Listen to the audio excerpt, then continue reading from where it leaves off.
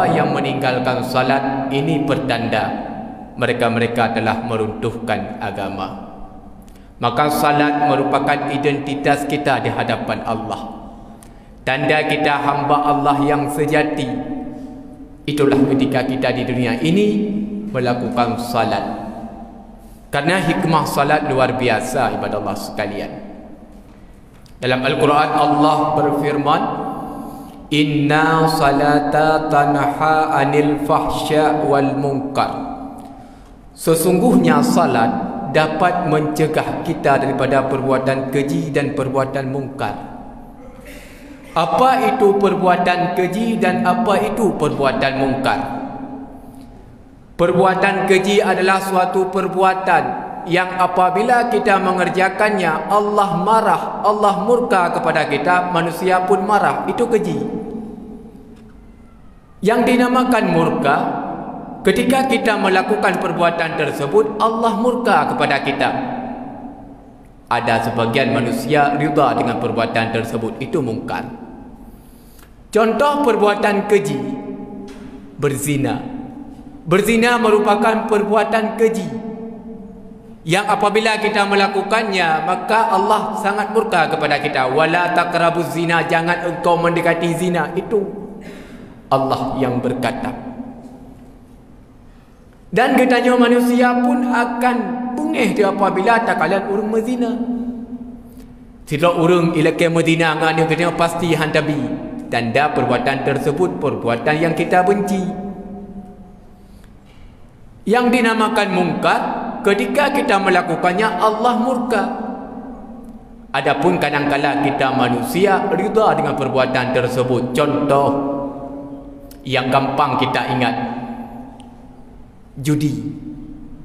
Contoh lain, riba.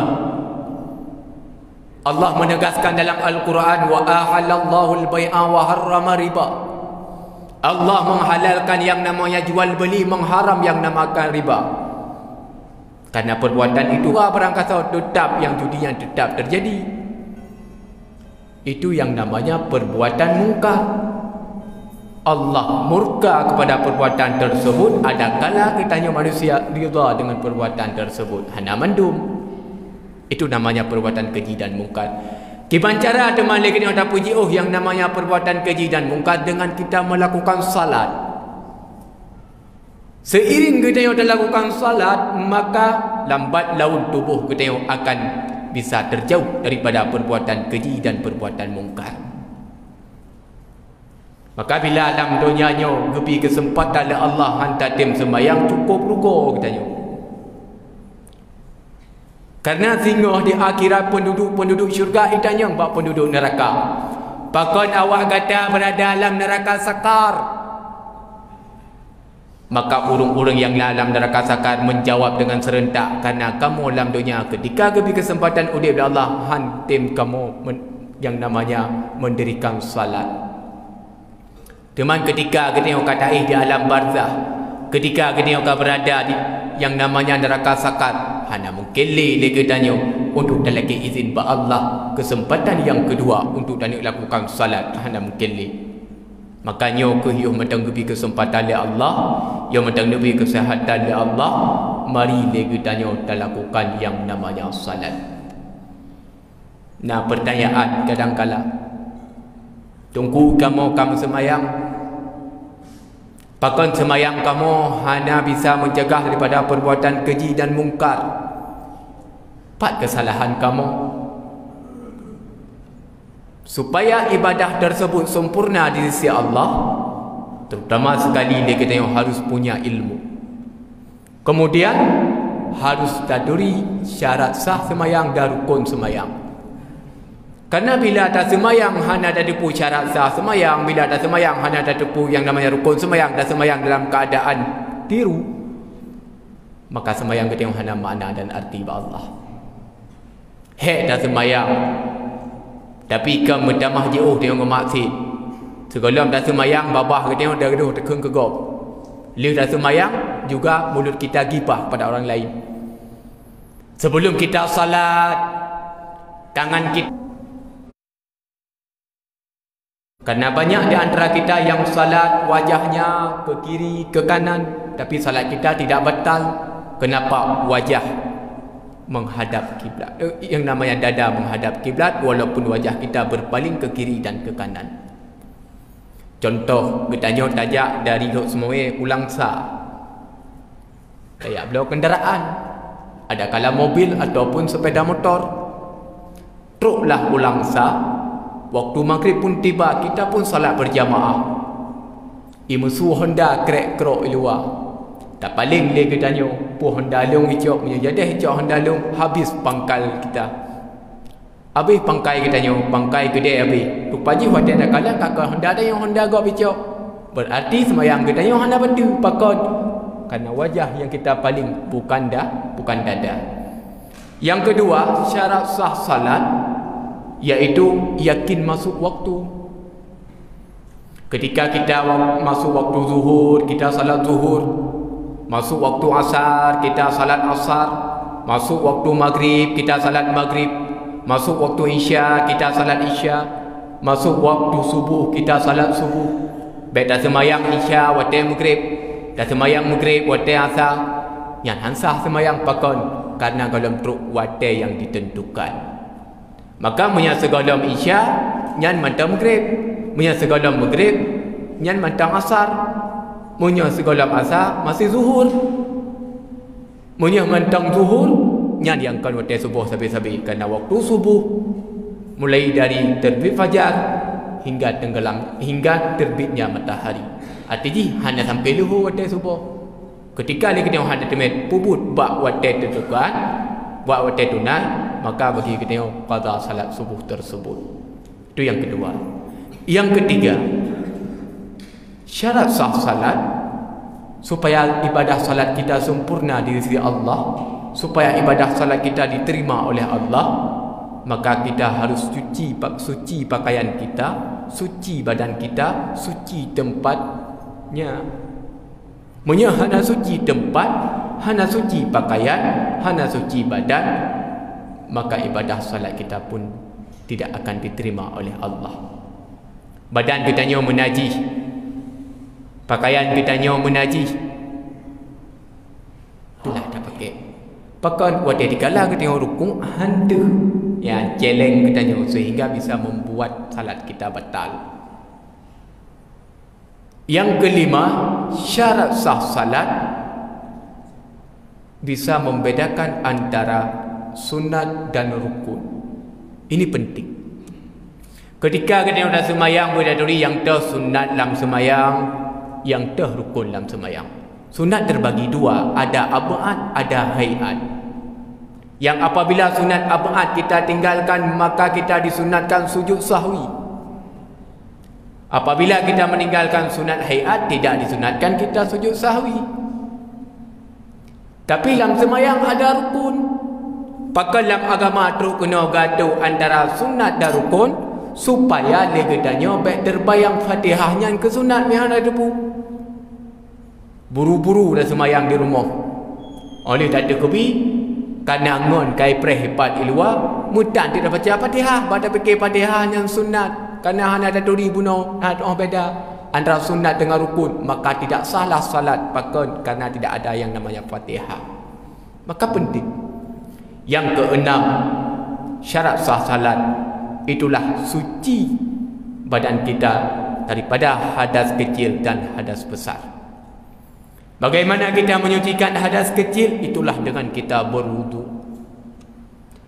Maka rukun wudu ada 6. Yang pertama, niat ketika kita ingin membasuh muka kita. Yang kedua, membasuh muka kita. Yang ketiga, membasuh tangan kita, mulai dari pergelangan hingga ke siku 3 kali. Kemudian dari kiri juga begitu, dari pergelangan tangan hingga ke siku 3 kali. Yang keempat, rukun wudu, itulah membasuh sedikit kepala. Yang kelima, mencuci kaki sampai ke mata kaki. Yang keenam, tertib. Apabila rukun wudu tidak kita tahu, apabila rukun wudunya hanya ada debu, maka semayang gedung han gedung. Pakai han gedung karena hanya sah bak tahu wudu. Maka selesai kita wudu, kita membaca doa. Walaupun itu bukan kewajiban, tapi kelebihannya luar biasa, pahalanya luar biasa, yang mungkin kadang-kadang kita sering meninggalkannya.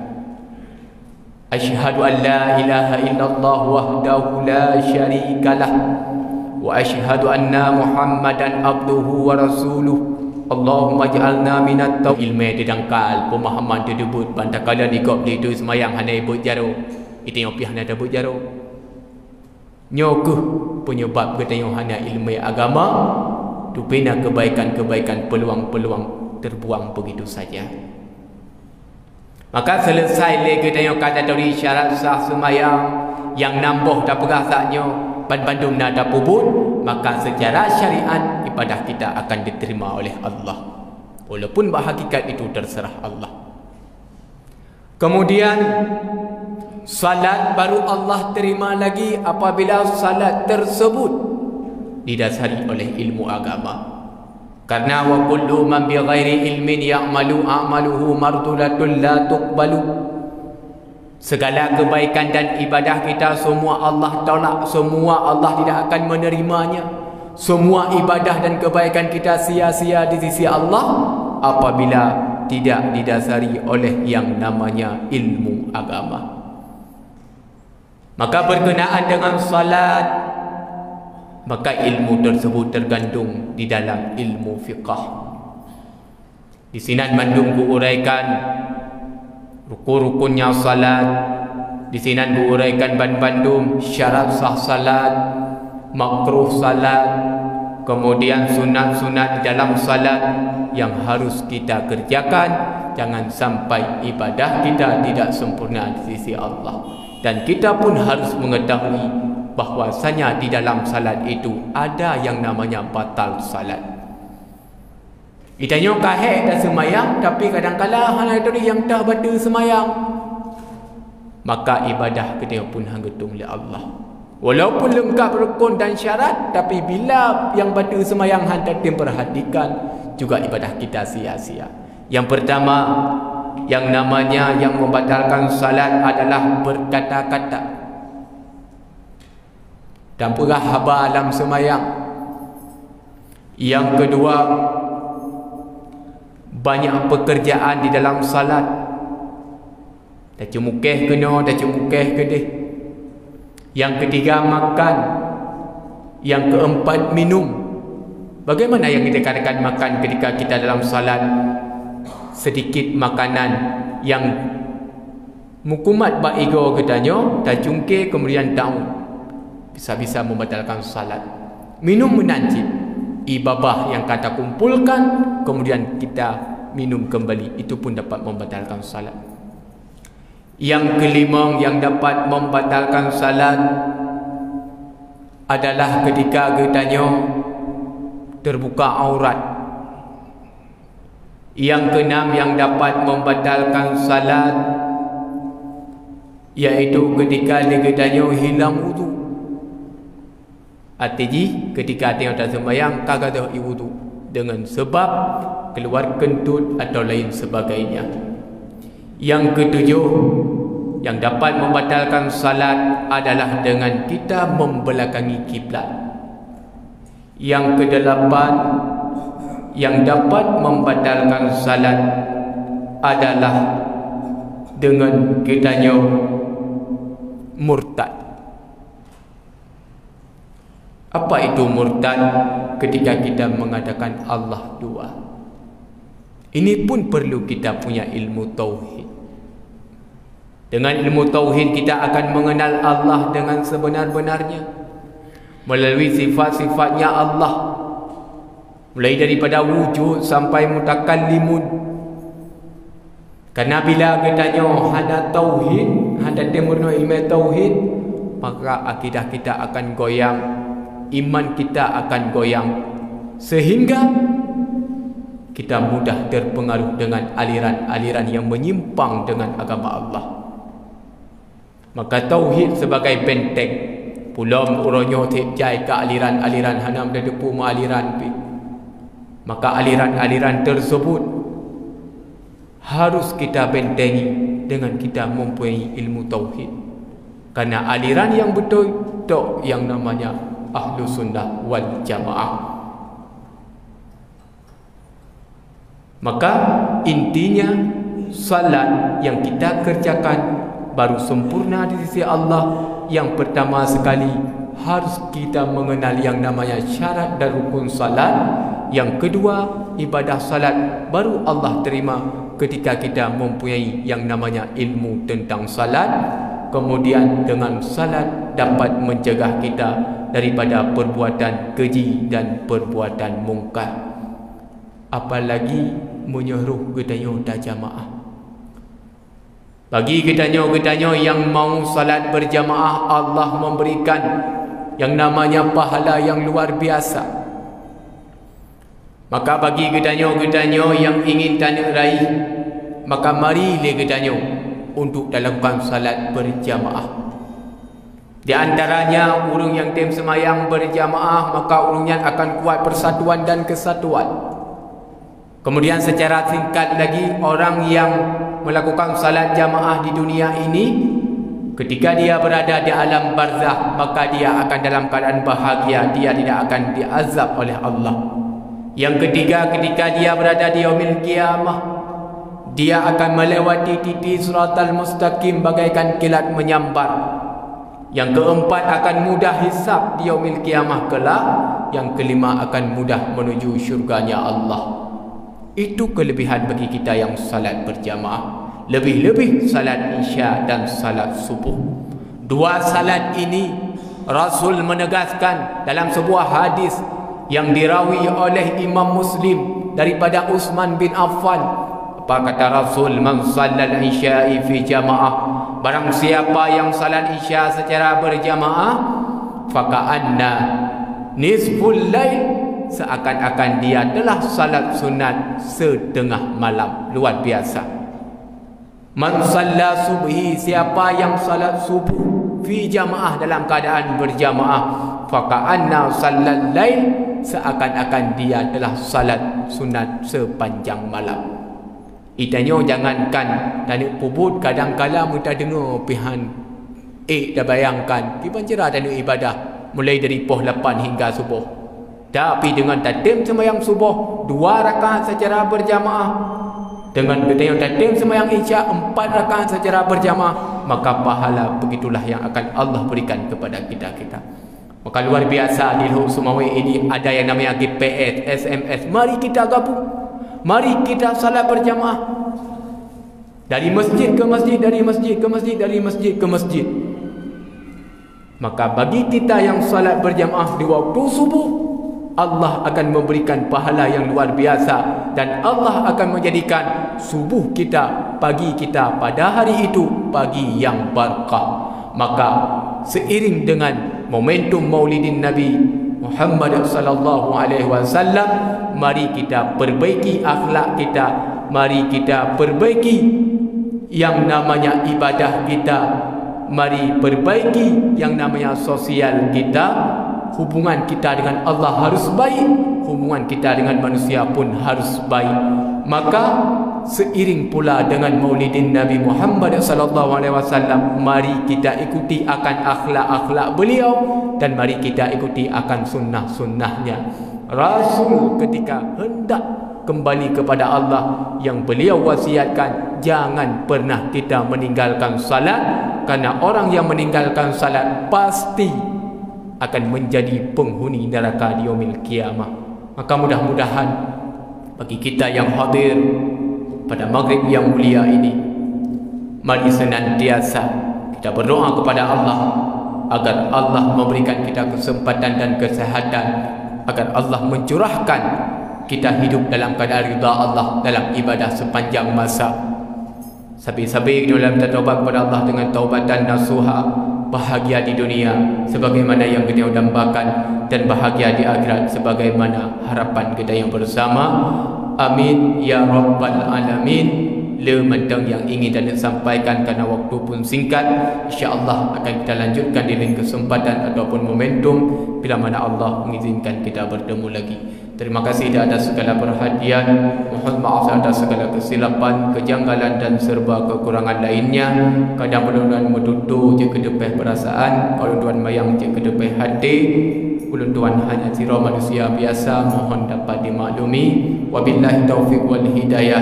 Assalamualaikum warahmatullahi wabarakatuh.